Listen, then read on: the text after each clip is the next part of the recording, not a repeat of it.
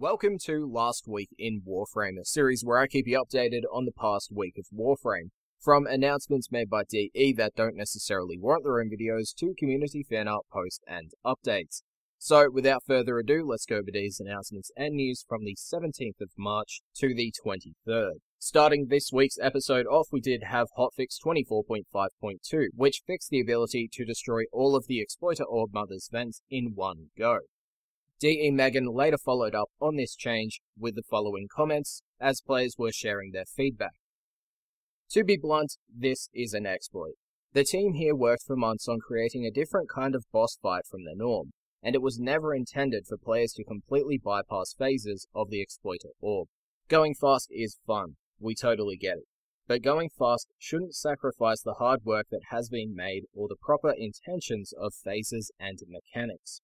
Another large part of this feedback is also the continued matchmaking issues for the Exploiter Orb that sometimes results in an inability to continue the fight. These matchmaking issues are our current top priority to resolve as soon as possible. Also in the hotfix were fixes to Hildren, so they remove the unintended ability to cast Hildren's Balefire while using an atmospheric arc gun. They fixed the inability to descend or dodge while Hildren's Aegis Storm was active on controller. They fixed the ability to get stuck forever dodging by spamming dodge during Hildren's Aegis Storm, and they fixed Aegis Storm causing air dodge to require one of your jumps for the rest of the mission, or until you respawn.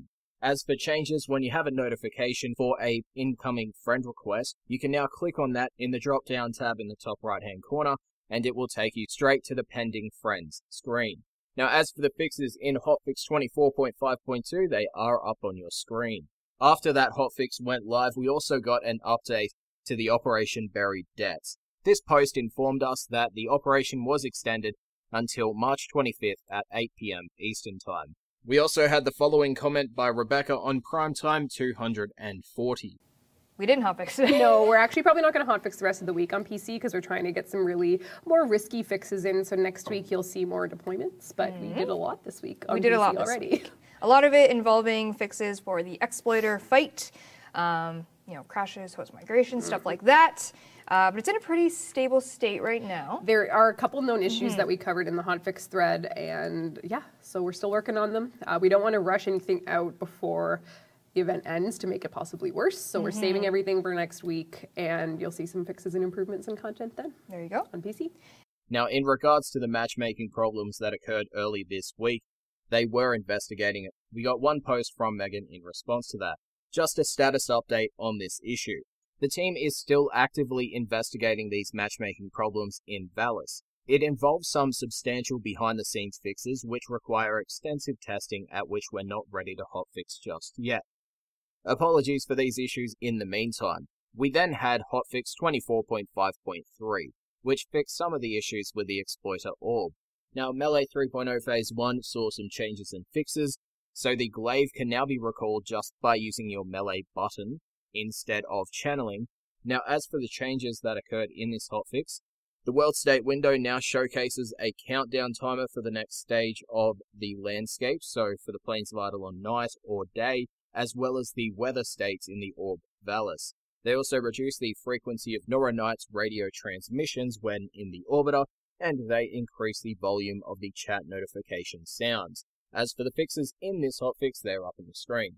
Hotfix 24.5.4 then continued with more fixes towards the Exploiter Orb Mother. As for the changes that came in this hotfix, they updated the text string for the Nightwave Act Use 3 Former just to indicate that you can't get the challenge by applying Former when you're in the simulacrum, but that act has now expired. They also allowed players to disable common Neuronight transmissions by disabling the hint transmissions in your audio section of your options menu.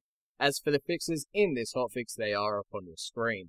Now, there was also a known issue which still hasn't been fixed as there were no follow-up hotfixes, and that is if a new player loads into Deck 12 while players are transitioning or are in the Deck 12 loading tunnel, then the team will be met with an impassable door after Phase 1 where they cannot exit or return to Fortuna. This is currently fixed by the player joining back into the game, force quitting out of the application. Oberon Prime, the Silver and Aegis Prime, and Cerberus Prime will also be entering the Prime Vault on the 2nd of April, as the Mesa Prime access will be retired. What this means is you won't be able to farm for the relics for Oberon Prime, Silver and Aegis Prime, and Cerberus Prime in-game after that date. You will have to acquire the parts or the relics through other players, through the trading, or use the relics that are currently in your inventory that contain those items. As for the retiring of Mesa Prime access, you won't be able to get the Operator cosmetics that are currently tied to the accessories pack or Mesa Prime's alternate helmet after that date. You will have to wait until it comes out through a Prime Vault opening. Speaking of the Prime Vault, it will be closing on the 26th of March. So if you want to get Frost Prime, Ember Prime, any of their relics, or of course purchasing them outright from the Prime Vault page on the Warframe website, make sure you do so. Make sure you farm for the items in-game before the 26th of March.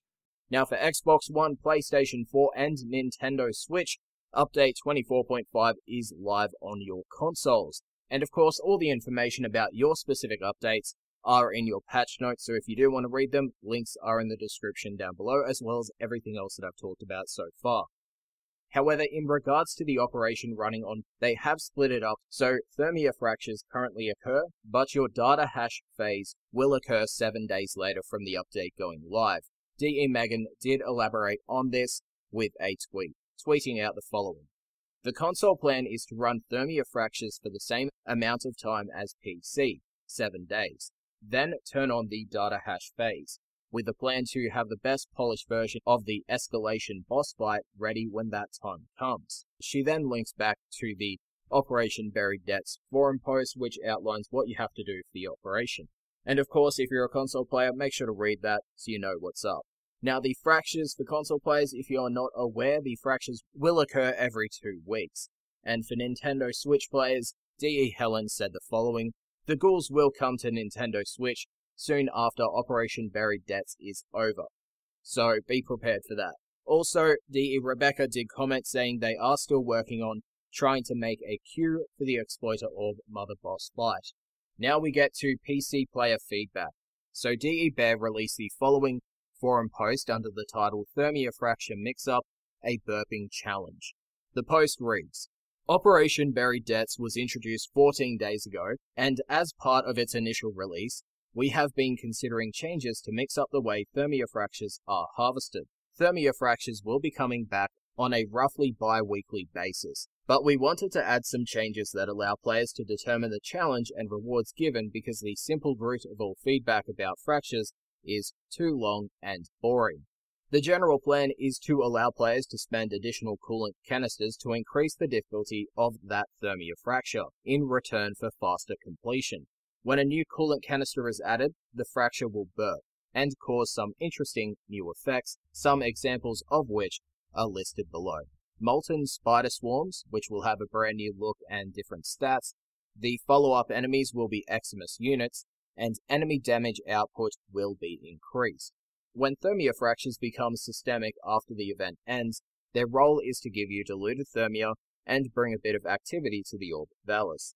As of the time of this post, the Thermia Fracture Mixup is in development, and we are looking to deploy this change when the technical aspects are solid. We do not want to rush this deployment, as any quality problems would continue to negatively impact the limited remainder of the current event. As with any of our planned changes, we would like to see your thoughts on this new addition to Operation Buried Debts. Remember to keep your thoughts and feedback constructive, but let us know what you think, or perhaps what kind of burps you think would work. So if you do want to share your thoughts on the current operation, and specifically the soon-to-be reoccurring event of Thermia Fractures, make sure you do so.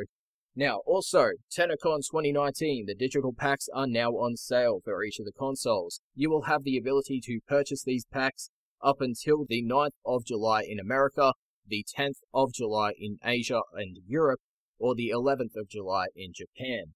Now, Barracuteer's Tennocon Relay will be available and will go live on the 6th of July at 11 AM Eastern Time, which is when Tennocon starts, and it will stay for a week and will disappear on the 13th of July at 11 AM Eastern Time. Now, a Reddit post was made warning players that if they were taxied to the Tennocon Relay, they would be in risk of a ban. Now, this has been occurring since 2017 Tennocon, where numerous reports were made, but in response to one of the comments on this thread, Rebecca said the following. Regarding ban, this was an issue for a very small amount of people in 2017 only. 2018 does not have this issue, nor will 2019. So it does seem that they fixed the taxi issue in 2018, and we won't see players being taxied this year round. Now, next up on the events that occurred last week, we had the definitive winner for the Moa Animation Contest, and that is Z-Ban. So out of the 6 finalists, Z-Ban will get Moa Animation added to the game. That is, that when your Moa out of boredom spins their head around at high speed, they'll get dizzy and stumble afterwards. Now, after this, they had the announcement that Tenor Tunes Volume 4 is now live. So this is a contest for music creators. If you want to make a Warframe song and have the chance of getting Platinum as well as a Prime Access pack and your music featured on the live streams, make sure to read the forum post, get the rules, and submit your tunes. Now, I will only be adding this for consistency's sake, but we previously had the final bonus weekend leading up to the 6-year anniversary of Warframe, and that was a double resource booster. In the weekend now gone, DE disabled the Orb Valis bonuses, that being a 2x credit and resource booster that applied only to the Orb Valis during this period of time, and they provided the statement on your screen in regards to that. I won't read it here because it's now come and gone, but the statement is up on your screen right now. And also Megan's statement from Twitter. Now, outside of that, there were 2 Reddit posts. One was about Titania, specifically a rework or changes, where players were offering some suggestions. Now, in this post, a user tagged Rebecca asking, could you ask around whether there is any chance Titania gets looked at again? Where Rebecca said, yes, absolutely. We then had the second Reddit post, which was in regards to a player doing the math and seeing how many relics he actually had in his inventory, which was 1,780, and a player once again tagged Rebecca asking if we could have a way to convert, dissolve, transmute any of our excess relics, to which Rebecca replied, I probably have the same amount, if not more, from the Great Conversion. It's a neat idea to put some of them to use, I think. Hopefully we can whip something up when we get a free week or so. Now, as for developer Twitter posts, the first comes from Pablo. So a console user was asking about any fixes for a heavy FPS drop that is occurring on the platform when viewing the videos that have been added to the new Arsenal screen. And Pablo replied, thanks for the report, we have a fix. Unfortunately, it requires a big update, can't be hotfixed, so it will take a minute to come out. The second post was then from Pablo once again, with a player asking if we could have an extra stat added to the Miasma data screen, and Pablo did state, we'll add something for it, thanks for the report. Third Twitter post from Pablo was in reply to a player asking if he has any augment ideas for Limbostasis, as it's the only one that currently needs one. Pablo replied, screenshot from my augment doc with the image on your screen just stating, Limbostasis, something with count of enemies frozen. Now we go to Steve. So he did showcase a video of sun shadows for the Orb Valis, and then we also got another video which showcases the difference between our current shadows, but the soon-to-be new renderer versions of the shadows. He also followed up with screenshots of these to make it more clearer. Okay, we then got another little sneak peek preview of the Corpus Cassidy rework, with 2 of the spawn rooms being showcased. That's up on your screen right now, 2 different photos. Boom. We'll get that eventually. The final developer tweet was from Steve once again, and a player asked the following. When the Plains of Eidolon launched, you said we'd be going into the Orokin Tower in Cedars. Why haven't we gone in there? Why did that change? If I recall this correctly, that is. Steve said, want this still, not sure when. As for community highlights, our first piece is from Kevin Glint. It's a Mesa Prime artwork, and it was commissioned by Michael Roberts. We then had a Navarra logo by Star EE Knight, a number of screenshots from Zerona Lurker, and it is a Ordis Crystal. And to finish it up, we had Warframe fan art by D. Leo Black. It concludes this episode of Last Week in Warframe. If you found the video informative, make sure to leave a like. If you think I can improve upon the series in any way, shape or form, make sure to leave it in the comment section down below.